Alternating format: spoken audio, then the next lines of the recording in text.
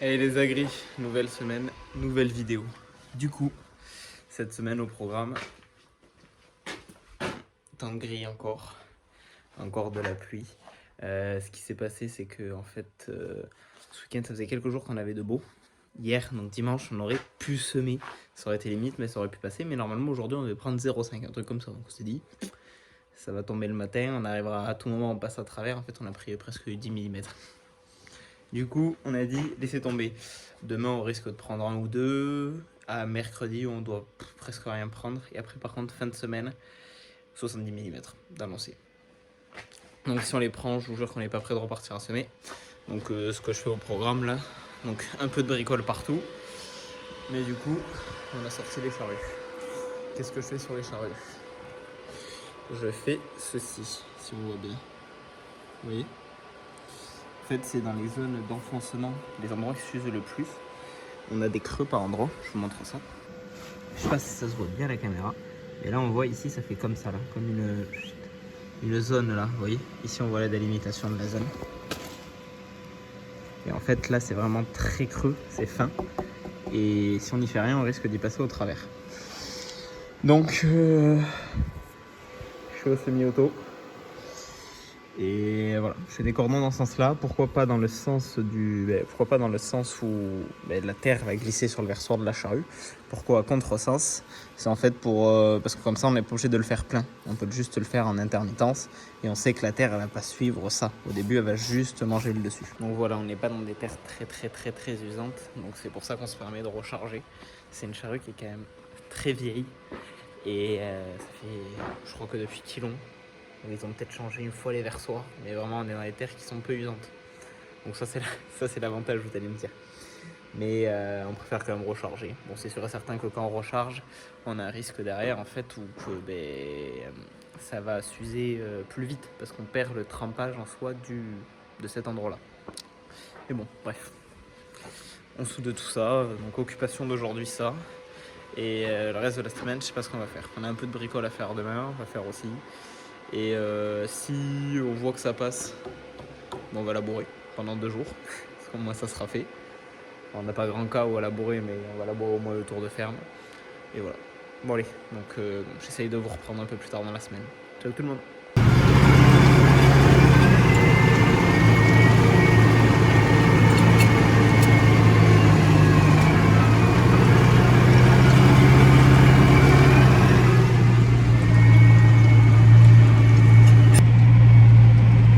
Et ouais les agris, on laboure.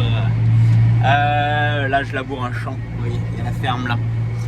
C'est vraiment un truc au-dessus de la ferme, c'est de la terre, c'est de la grave. Des terres très légères et tout ça.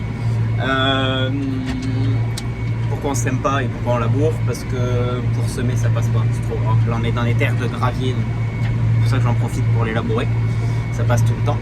Mais par contre, comme là le champ d'à côté, où on doit semer du blé, je vous jure que pour semer, ça serait pas beau à semer.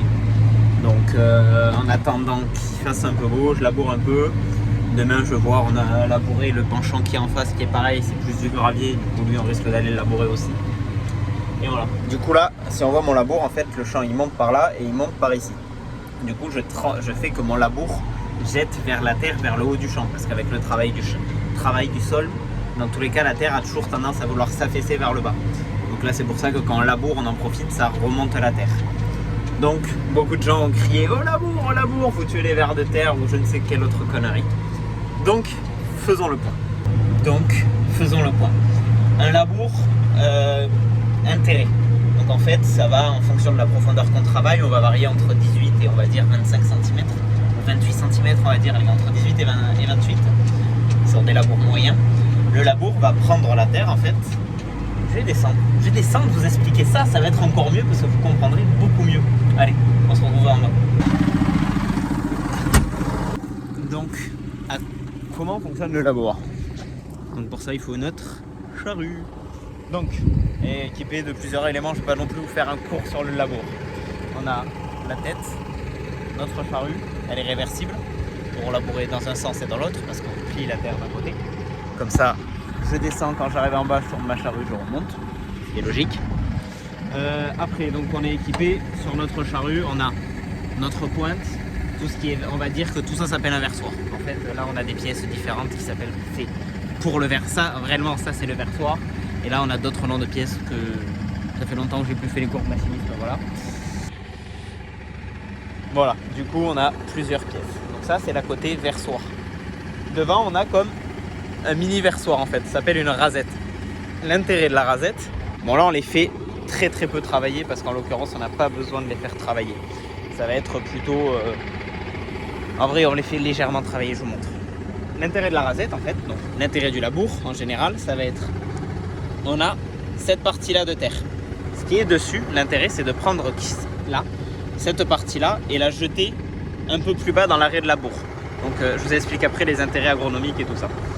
Donc, le souci, si on a juste notre versoir, ça ne fait pas un 180 degrés, ça fait un 90 degrés. Ça veut dire que le bout de terre qui est ici au niveau de mon versoir va atterrir ici. Et la partie de terre qui est le plus vers l'arrêt va finir au fond. Donc le souci, c'est que si on a des mauvaises herbes et qu'on fait ça, on risque de voir ici à chaque fois une petite bande de mauvaises herbes qui va relever. L'intérêt de la rasette, c'est venir d'attraper le bout et le mettre au fond de l'arrêt. Donc ça, c'est l'intérêt du labour, c'est de plier, de mettre plus bas. Beaucoup de gens vont critiquer ce truc, le labour en général, parce qu'en fait, on va mettre la matière organique plus bas. On va tuer les vers de terre, la phrase qui est le plus souvent sortie. Depuis le temps qu'on laboure, je vous jure, ça va pas tuer. Après, bien sûr, tout dépend du type de labour qu'on fait. Nous, on fait des labours tous les... je veux pas dire, on doit labourer sur toute la surface de l'exploitation, on doit labourer par an entre 5 et 7% de la surface de l'exploit. Donc vous voyez, on laboure très peu. Et on va venir, nous c'est vraiment par question de salissement qu'on laboure. Parce que le labour a deux intérêts. Du coup, tout ce qui est résidus, mauvaises herbes, tout ça, même les graines qui ont grainé, par exemple ici on a beaucoup de régras, on laboure souvent pour le régras. On a du régras qui a grainé, en labourant on le met plus bas. Et le régras est une plante qui enfouie un peu profonde, ne va pas germer et se décompose au fur et à mesure des années. Donc l'intérêt, ça va être premier levier agronomique, c'est un levier pour se limiter la phyto, on va travailler plus comme ça. Et après, une fois qu'on a plié la terre, qu'on a labouré, et après, donc le premier intérêt en tout cas pour nous, ça va être tout ce qui va être salissement, gérer notre salissement. Le second intérêt, c'est qu'on fait une structure, on travaille le sol. Là, vous voyez, on a 28. On est là vraiment, je ne sais pas gros mesurer, mais en moyenne, on laboure aux alentours des 20, 28, 25 cm. Je pense que là, on n'est pas à 25 cm, on doit à peine y être, parce qu'on a le 134 devant, donc 130 chevaux. Et là, quand on lui met ça là, devant, il a du mal. Donc voilà, ça nous fait aussi une structure de sol. Du coup, on a ameubli notre sol, on l'a préparé, pas besoin de faire de fissuration. Donc en un passage, on fait beaucoup de choses. Donc voilà, je vous répète, le labour, c'est pas quelque chose, en tout cas que nous, on veut employer tout le temps. Il y a des gens qui vont labourer tous les ans, et oui, c'est sûr et certain que possible qu'en fonction des types de sol et tout ça, ça puisse mal réagir. Mais bon, faut pas oublier que le labour est employé depuis très longtemps. Et voilà. Mais c'est comme tout, il faut savoir l'utiliser comme il faut au bon moment. Donc nous, notre utilisation va être pas du tout récurrente. Vous voyez ici, ça doit faire des années que ça n'avait pas été labouré. Ça doit faire peut-être 8 ans que ça n'avait pas été labouré. Et donc on laboure. Donc voilà, nous on est surtout sur l'intérêt salissement et en même temps on fait notre préparation de terre. C'est ça qui est magnifique. Mais après, je suis un grand fan du labour. J'adore labourer, c'est vraiment le truc que j'aime bien faire. Mais il faut savoir que régler un outil de travail du sol, régler un semoir, ça peut être galère. Savoir régler une charrue pour avoir un labour aussi plat que ça, je vous promets que c'est pas donné. Parce que là vraiment on est... La charrue avait été réglée par quelqu'un d'autre au-dessus. J'ai repris là, je l'ai réglé un peu mieux. Et après chacun laboure un peu à sa façon, chacun va avoir ses réglages de charrue, ses petits jeux et tout ça. Donc c'est quelque chose que j'apprécie parce qu'il faut un temps pour régler. On roule pas vite, maximum 6 km/h. Dans tous les cas avec le 130 chevaux on est vite limité. Habituellement avec cette charrue on va labourer avec le 170. Bon là après comme je vous dis on est dans des combes de grave, c'est du gravier donc le 134 arrive à faire l'affaire. Dès qu'on est dans la vallée, dans les grosses argiles, lui on laisse tomber d'atteler une charrue derrière celui-là ou en tout cas une 4 fers parce qu'on sait qu'on n'y arrivera pas. Voilà. Bon, du coup programme de ça cet après-midi et s'il pleut pas dans la nuit, même s'il pleut un tout petit peu, on reprend demain. Allez c'est parti. On va pas parler de toutes les joies du labour.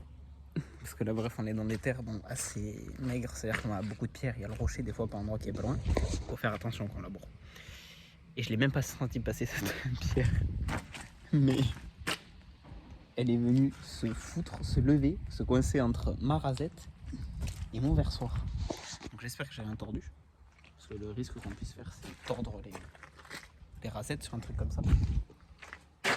Mais elle est posée, embriquée dedans. Donc j'ai pris la masse. J'espère arriver à péter la pierre, parce que je pense pas arriver à la sortir. Mais c'est du calcaire, donc des fois on arrive à les casser. Mais vraiment c'est... Bref, les aléas du labour. Heureusement que j'étais à la ferme, parce que du coup je suis rentré, j'ai chopé une masse et on va choper une suie maintenant pour retirer ça. Mais vraiment des aussi grosses, coincées comme ça, j'ai jamais vu. Première fois. Bon allez, on va s'exciter.